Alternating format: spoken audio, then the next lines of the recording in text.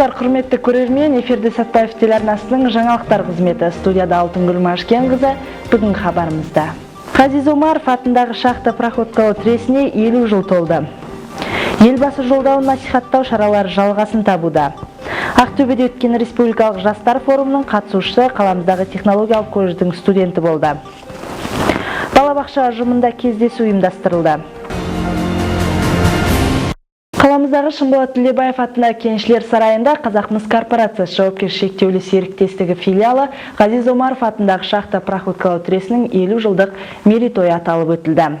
Салтанатты жағдайда өткізілген шара аясында өзінің білікті майталмандарына марапат көрсетіліп, автокөлік кілттері де табыс етілді. Толығырақ келесі бейнематериалда. Жарты ғасырлық ғұмыры бар шахта проходкалы тресінің 50 жылдық мерекесіне арналған салтанатты жиынға Сатпаев қаласының әкімі Асқар Ыдырысов, Қазақмыс корпорациясы жауапкершілігі шектеулі серіктестігінің басқарма басшысы Бақтияр Абдрахманұлы Қырықпышев және де трестің еңбек озаттары, ардагерлері, майталмандары қатысты. Ең алдымен залға жиылған жұртшылық алдында сөз алған Қазақмыс корпорациясы жауапкершілігі шектеулі серіктестігінің басқарма төрағасы Бақтияр Қырықпышев 50 жылдық мерейтойға деген өзінің құттықтауын білдіріп, кәсіби шеберлігі, жоғары нәтижелі жұмыс көрсеткіші және де көп жылдық адал еңбегімен Қазақмыс компаниясының дамуына қосқан зор үлес үшін шахта проходкалы тресінің бас энергетигі Талғат Бабатаевқа, трестің техникалық және инвестициялық жоспарлау бөлімінің басшысы Алма Серіковаға және де бұрғылаушы Юрий Носов сынды азаматтарға автокөлік кілттерін табыстаса, еңбектегі жоғарғы жетістіктері және де шахта проходкалы трестінің құрылғанына 50 жыл толуына байланысты бір топ кеншілерге Қазақмыс холдинг жауапкершілігі шектеулі серіктестігінің директорлар кеңесінің төрағасы Эдуард Огайдың құрмет грамотасын және ақшалай сыйақысын табыс етті. Құрметті жерлестер, құрметті әріптестер, қымбатты еңбек ардагерлері мен еңбек озаттары, Қазақмыс компаниясы басшылығы Владимир Сергеевич Эдуард Викторович атынан, сонымен қатар өз атынан бүгінгі мерейтоймен шын жүректен құттықтауға рұқсат етіңіздер. Шахта проходкалы тресі компаниямызда тарихы, еңбек өндіріс ардагерлерімен ерекше орын алатын. Бүгінгі күні Қазақмыс компаниямыз алға қойған тапсырманы өндірістік көрсеткіштерді орындап келе жатқан еңбек ұжымы. Жезған шахта проходкалы тресі 1966 жылдың 30 наурызында Қазақ ССР-ның қаулысымен құрылған. Ал 60 жылдық Октябрь революциясы атындағы шахта проходкалы тресі 2003 жылдан бастап Қазақстанға еңбек сіңірген кен инженері Ғазиз Омаровтың атын иеленіп, Ғазиз Омаров атындағы Жезған шахта проходкалы тресі деп аталуда. Қазіргі таңда Қарағанды, Жезған, Балқаш, Сатпаев қалаларындағы бас аяғы 1000 адамды жұмыспен қамтып отырған жайы бар. Салтанатты шарада Сатпаев қаласының әкімі Асқар Абылайұлы сөз алып, трес қызметкерлерін айтулы мерекелерімен құттықтап, қаланың қоғамдық саяси өміріне белсенді қатысқаны, жаңа қазақстандық қоғам құру ісіндегі жеке еңбек және шығармашылық үлестер үшін Сатпаев қаласы әкімінің құрмет грамотасын табыстады. Құрметті Жезқазған шахта проходкалы тресінің еңбеккерлері және ардагерлері, сіздерді трестің 50 жылдық мерейтойымен шын жүректен құттықтаймын. Осы жылдар аралығында шахта проходкалы трес үлкен даму жолын өтті. Мекемедегі еңбек адамдарының және басшыларының талай буыны ауысты. Әйтсе де осы мекемеде бірнеше жылдар бойы қажырлы еңбек еткен жерлестеріміздің кәсіби шеберлігі, қиындықтарға қарсы тұру қабілеті еш өзгеріссіз қалып, осының арқасында мекеме заман көшінен қалмай алға қарай дамыды. Қазіргі таңда трес тек қана Жезған аймағы ғана емес, Қазақстанның түкпір-түкпірінен кеніш құруға өз көмегін тигізуде. 50 жылдық мерейтойға арналған салтанатты шарада құттықтаулар мен марапаттарға тараз болмады.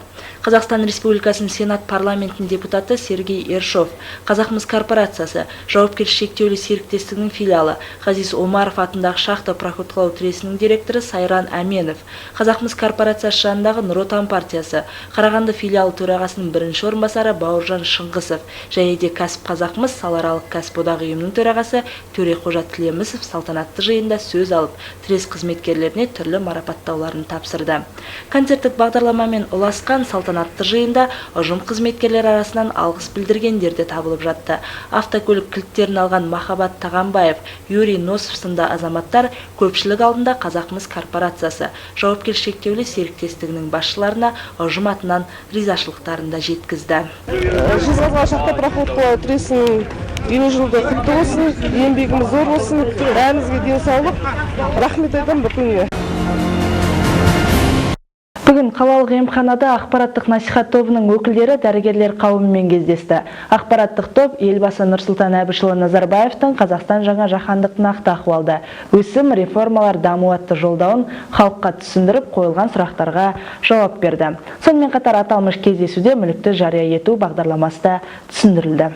Жалпы елбасының жолдауын насихаттау және мүлікті жария етуді түсіндіру шарасына ақпараттық насихат тобы өкілдерінен қала әкімінің орынбасары Сергей Мамбай, әлеуметтік сала бөлімінің басшысы Гүлмира Таңсықбаева, ішкі саясат бөлімінің сектор меңгерушісі Сұлтанбек Ешмаханов және қала әкімдігінің заңдастыру жөніндегі комиссия хатшысы Маржан Жауен қатысты. Шара барысында әкім орынбасары Серік Сағынатұлы Қазақстан жаңа жаһандық нақты ахуалда өсім, реформалар, даму атты елбасының жолдауы ел дамуына бағыт-бағдар беретін салмақты бағдарламаларының бірі екендігін атап, ондағы негізгі бағыттарға тоқталып өтті. 2005 жылғы 30 қарашада мемлекет басшысы Қазақстанның ішкі дамуы мен әлемде болып жатқан жаһандық өзгерістерге жауап беретін Қазақстан жаңа жаһандық нақты ахуалда өсім, реформалар, даму атты Қазақстан халқына жыл сайынғы жолдауын жариялады. Қазіргі таңда Қазақстан экономикасы әлемдік дағдарыс жағдайында жұмыс істеп жатқанына байланысты жолдауда іске асырылып жатқан дағдарысқа қарсы шараларға баса назар аударылған. Бұл Қазақстанның ұзақ мерзімді Қазақстан 2050 стратегиясы, жаңа нұрлы жол экономикалық саясаты, сондай-ақ индустриялық инновациялық даму бағдарламасын іске асыру болып табылады. Бұған қоса 2015 жылғы мамыр айында мемлекет басшысы 5 институционалдық реформа мен 100 нақты қадам жол жоспарын жариялады. Осы президенттің 5 реформаның әрқайсысы қазіргі даму кезеңінде Қазақстанда тап болған неғұрлым өткір проблемаларды шешіп жатыр.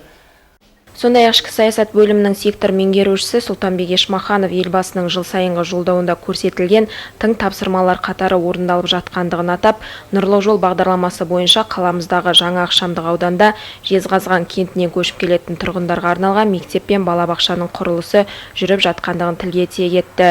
Сонымен қатар қала әкімдігінің заңдастыру жөніндегі комиссия хатшысы Маржан Жауен мүлікті жария ету бойынша түсіндірме жұмысын жалғастырды. Баршамызға белгілі, ұлттық заңнамаға енгізілген өзгерістерге байланысты 2014 жылы мемлекет бастаған мүлікті жария ету бойынша акция қазіргі уақытта 2016 жылдың аяғына дейін ұзартылғаны да кездесу шарасында толық түсіндірілді. Шара соңында медицина қызметкерлері өздерін толғандырған сауалдарын қойып, ақпараттық насихат топ өкілдеріне нақты жауаптарын білді.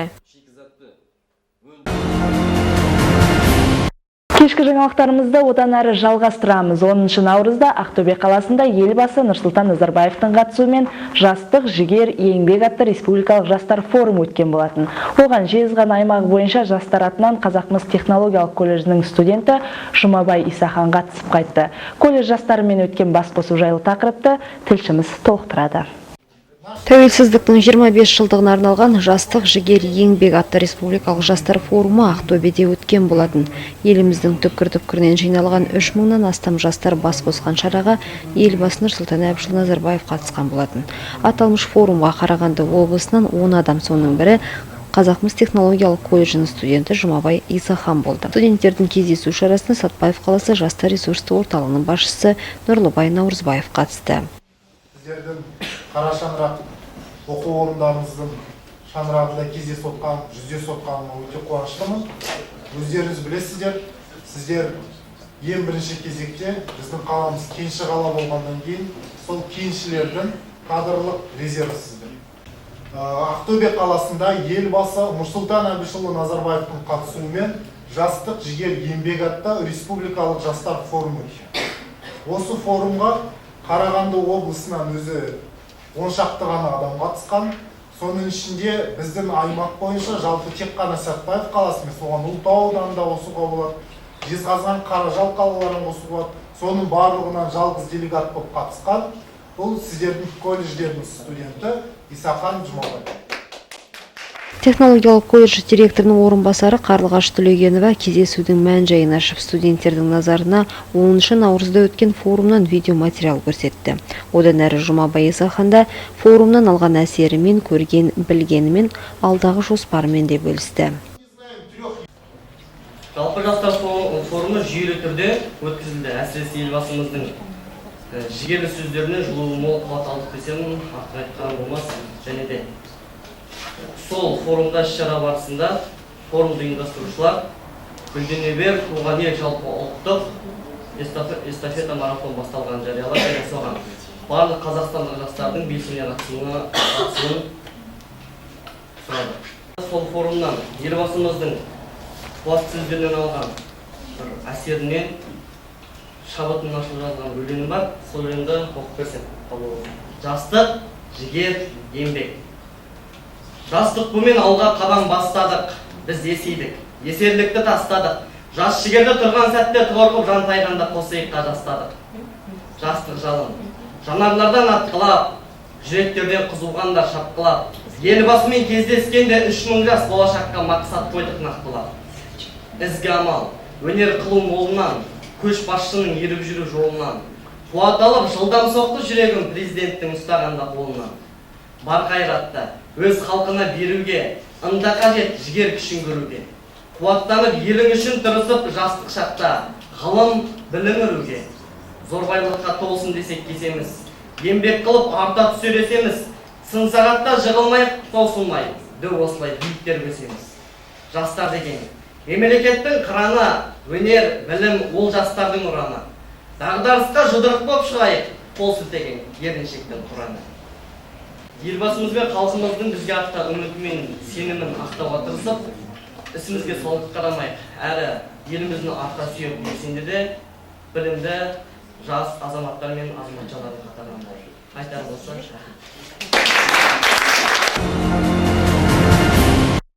Номер 1-ші ертегі Бөбекжай балабақшасында Сатпаев қаласы әкімдігінің дін мәселесін зерттеу орталығы мамандарымен кездесу ұйымдастырылды.